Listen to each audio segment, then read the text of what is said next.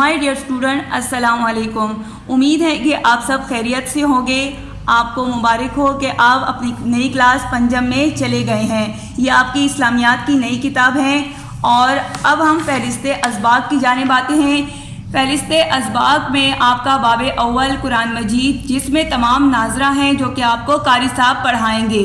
باب دوم ہے ایمانیات اور عبادات. اس میں سب سے پہلے آپ کا جو سبق ہے وہ ہے دنیا آخرت کی کھیتی ہے. صفحہ نمبر 12 پہ ہیں اور ہم صفحہ نمبر 12 کی جانب آتے ہیں. یہ ہے دنیا آخرت کی کھیتی ہے. پیارے بچوں آپ کا ہے سبق نمبر 1. باب دوم میں ہے ایمانیات اور عبادات. لیکچر نمبر 1 ہے آپ کا. اس میں ہے سبق نمبر دنیا آخرت کی کھیتی ہے. آج ہم اس کی وضاحت کریں گے. دنیا آخرت کی کھیتی کس طرح ہے. جیسے نبی علیہ السلام نے حدیث میں فرمایا ہے کہ ہمارے نبی کریم صلی اللہ علیہ وآلہ وسلم نے فرمایا الدنیا مزرعۃ الآخرہ، یعنی ترجمہ ہے دنیا آخرت کی کھیتی ہے.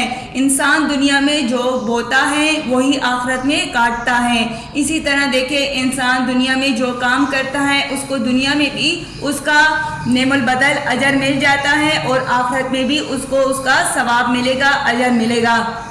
جیسے آپ لوگ پورا سال اگر اچھی طرح پڑھتے ہو تو آپ کا رزلٹ اچھا آتا ہے، آپ کے نمبر اچھے آتے ہیں.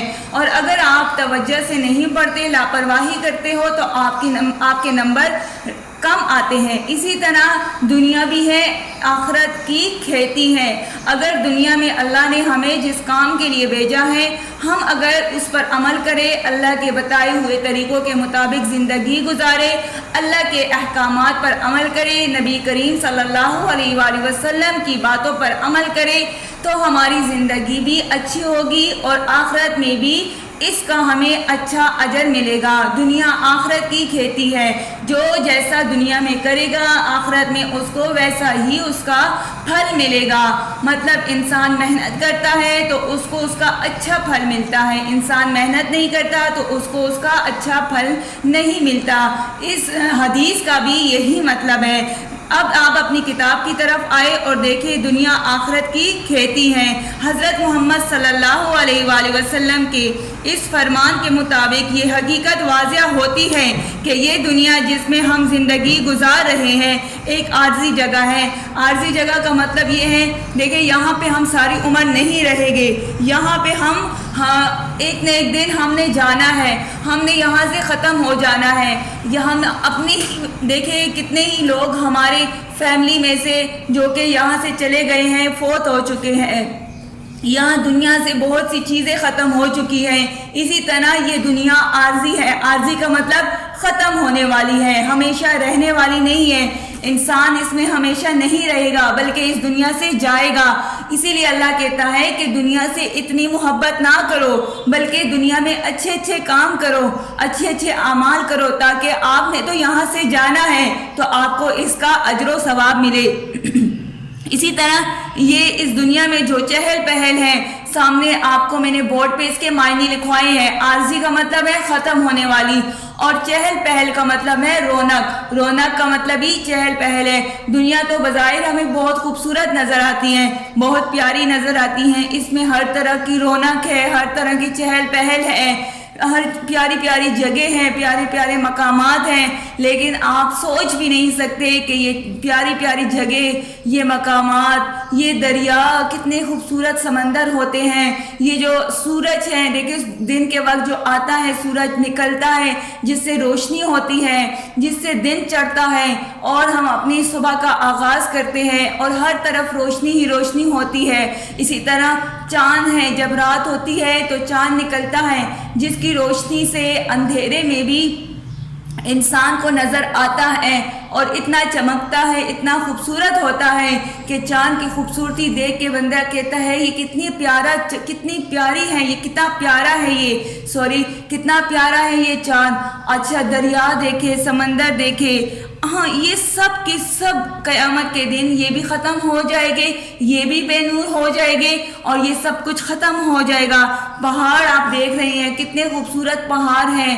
ہر رنگ کے ہیں، اس میں سفید کلر کا بھی پہاڑ ہے، اس میں لال رنگ کا بھی پہاڑ ہے، اور یہ پہاڑ جو ہے یہ زمین کو دیکھیں کیسے زمین کے اوپر جمے ہوئے ہیں اور زمین کا توازن قائم کیے ہوئے ہیں۔ پہاڑ ایک ایسی چیز ہے جس سے زمین ہلتی نہیں ہے، اپنی جگہ پر مستحکم رہتی ہے، مضبوط رہتی ہے۔ تو اس طرح آپ دیکھیں پہاڑ کو کوئی ہلا بھی نہیں سکتا، بہت بھاری اور بہت مضبوط ہے، اور قیامت کے دن یہ پہاڑ بھی ختم ہو جائے گے اور ہلکے روئی کی طرح، گالوں کی طرح ایسے اڑ کے آسمان میں یہ چلے جائے گے اور زمین ہلنے شروع ہو جائے گی اور قیامت آ جائے گی۔ تو دیکھیں جب یہ چیزیں جو کہ دریا، سمندر، پہاڑ، ہر چیز ختم ہوگی تو انسان تو سب سے پہلے ہی ختم ہوگا، تو یہ ساری چیزیں دنیا میں ختم ہو جائے گی اور روئی کے گالوں کی طرح پہاڑ جو ہے آسمان پہ اڑتے پھریں گے۔ دنیا میں بسنے والی تمام مخلوق ایک دن ختم ہوگی۔ تمام مخلوق سے کیا مراد ہے؟ صرف انسان نہیں بلکہ جانور بھی اس میں آتے ہیں، چرند پرند بھی اس میں آتے ہیں۔ جو مخلوق اللہ نے دنیا میں پیدا کی ہے، کیڑے مکوڑے ہر چیز، یہ سب کی سب دنیا سے ختم ہو جائے گی اور صرف دنیا میں اللہ کا نام باقی رہے گا۔ اس کے بعد تمام انسان اللہ کے حکم سے دوبارہ زندہ کیے جائیں گے اور اللہ تعالیٰ جو ہیں اللہ کے سامنے پیش، اچھا یہ جو پیش کیے جائیں گے تمام اللہ کے سامنے لوگوں کو پیش کیا جائے گا۔ یہ دن آخرت کا دن ہوگا۔ ہم جو کچھ اس دنیا میں کرتے ہیں وہ نہ صرف اللہ کے علم میں ہوتا ہے بلکہ اللہ کو معلوم ہوتا ہے کہ انسان جو اچھے اور برے اعمال کر رہا ہے، اور اگر وہ ظاہری طور پر کرتا ہے یا وہ چھپ کر کرتا ہے، یعنی کوئی انسان جو ہے ایسا کام کرنا چاہتا ہے کہ یہ کام گھر والوں کو پتہ نہ چلے، ماما بابا کو پتہ نہ چلے، بہن بھائیوں کو پتہ نہ چلے، ٹیچر کو پتہ نہ چلے، لیکن اللہ کو اس کا بھی علم ہوتا ہے اور اللہ کو معلوم ہوتا ہے کہ میرا یہ بندہ یہ کام اس وقت کر رہا ہے، اس ٹائم پر کر رہا ہے، لیکن اللہ باوجود جاننے کے پھر بھی اس کو ریکارڈ کرنے کے لیے اللہ نے 2 فرشتے مقرر کر دیے ہیں جنہیں کرامن کاتبین کہا جاتا ہے۔ مطلب یہ 2 فرشتے اس لیے مقرر کیے تاکہ وہ اچھے اور برے اعمال کو ریکارڈ کرے، محفوظ کرے، اس کو ایک کتاب کی صورت میں یا ایک ویڈیو کی صورت میں اس کو محفوظ کرتے ہیں یہ 2 فرشتے، تاکہ قیامت کے دن جب اللہ تعالیٰ اپنے سامنے بندوں کو کھڑا کرے گے اور فرمائیں گے کہ آپ نے فلاں ٹائم یہ کام کیا تھا، فلاں وقت یہ کیا تھا اور اس دن کیا تھا، تو وہ بندہ کہے گا کہ نہیں میں نے یہ کام نہیں کیا، تو اللہ تعالیٰ یہ ساری ویڈیو اس کے سامنے لائیں گے جس میں وہ کام بندہ کر رہا ہوگا، تو پھر وہ بندہ کہے گا ہاں یہ تو میں ہی موجود ہوں، میں یہ کام کر رہا ہوں۔ تو اس لیے اللہ تعالیٰ نے ان فرشتوں کو اس کو مقرر کیا ہے تاکہ وہ اس کو ریکارڈ کرے۔ یہ فرشتے انسان کی نیکیوں اور برائیوں کا جو ریکارڈ تیار کرتے ہیں اس کو نامہ اعمال کہا جاتا ہے۔ جب موت کے بعد اللہ تعالیٰ انسانوں کو ایک دوسری زندگی بخشے گا اور تمام انسان اللہ کے سامنے حاضر ہوں گے، اس دن کو حشر کہا جائے گا، یعنی دوسری زندگی کا مطلب یہ ہے اس دن تمام انسانوں کو اللہ کے سامنے حاضر کیا جائے گا۔ تمام انسان جو ہیں ان کو اچھے اعمال اور برے اعمال کا پتہ چل جائے گا کہ ہم نے اس ٹائم یہ کام کیا تھا اچھا اور اس ٹائم ہم نے یہ برا کام کیا تھا۔ اللہ تعالیٰ ہر شخص کے اچھے اور برے اعمال کا وزن فرمائیں گے، یعنی حشر کے دن ان کا وزن فرمائیں گے۔ جس کی نیکیاں اللہ کے ترازو میں برائیوں سے زیادہ ہوگی اسے بخش دیا جائے گا، اور جس کی برائیوں کا پلڑا بھاری ہوگا اسے سزا دی جائے گی۔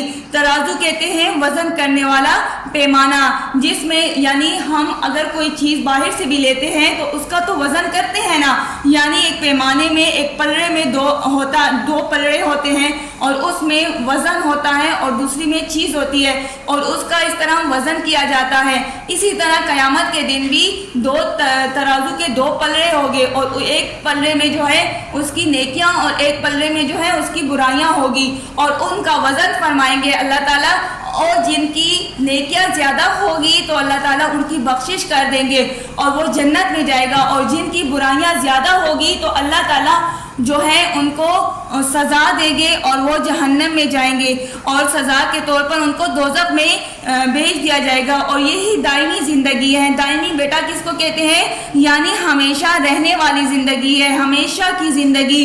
ایک تو ہم نے شروع میں پڑھا کہ عارضی زندگی کون سی ہے؟ دنیا کی زندگی. اور آخرت کی زندگی دائمی ہے. دائمی یعنی ختم نہ ہونے والی زندگی. اب ہمیں یہ تو یقین ہے کہ ہم نے کسی نہ کسی دن اس دنیا سے جانا ہے. ساری عمر یہاں پہ نہیں رہنا. صرف ہم نے نہیں جانا بلکہ دنیا کی تمام چیزیں ختم ہو جائے گی. اور جب ہم قیامت کے دن دوبارہ زندہ کیے جائیں گے تو وہاں کی زندگی ختم ہونے والی کبھی نہیں ہے. وہ دائمی زندگی ہے, وہ ہمیشہ کی زندگی ہے. اگر ہم جنت میں جائیں گے تو وہاں ہمیں موت کا تصور نہیں ہوگا, وہاں ہمیں موت کا ڈر نہیں ہوگا, اور نہ وہاں پہ برے اعمال ہوں گے. وہاں پہ بس ہر کوئی اچھے اعمال کریں گے اور وہاں لوگ ہمیشہ رہیں گے. وہاں پہ لوگ ہمیشہ خوش رہیں گے جنت میں. اور جن کو سزا دی جائے گی وہ سزا کے طور پر وہاں پہ دوزخ میں جائیں گے. تو اسی لیے بچوں ہمیں چاہیے کہ ہمیں دنیا میں جس مقصد کے لیے اللہ نے بھیجا ہے ہم اسی کے مطابق زندگی گزارے, اور ہم جو ہے اللہ کے بتائے ہوئے طریقوں کے مطابق زندگی گزارے, نبی علیہ السلام کے بتائے ہوئے طریقوں کے مطابق زندگی گزارے. ہر کام اپنے وقت پر کرے, چاہے وہ اسکول کا ہے چاہے وہ گھر کا ہے, اور ہر کام کو اپنے وقت پر کرے. اپنی عبادت اپنی وقت پر کرے, بڑوں کی بات مانے, تو ہماری زندگی جو ہے وہ اچھے طریقے سے گزرے گی, جس سے اللہ بھی خوش ہوگے اور دنیا اور آخرت دونوں ہماری اچھی اور کامیاب ہوگی. یہاں تک ہم نے پڑھا ہے. انشاءاللہ ہم اپنے لیکچر نمبر 2 میں پھر آگے پڑھیں گے. آگے جو ہمارا دوسرا صفحہ ہے پھر ہم انشاءاللہ وہ آگے پڑھیں گے.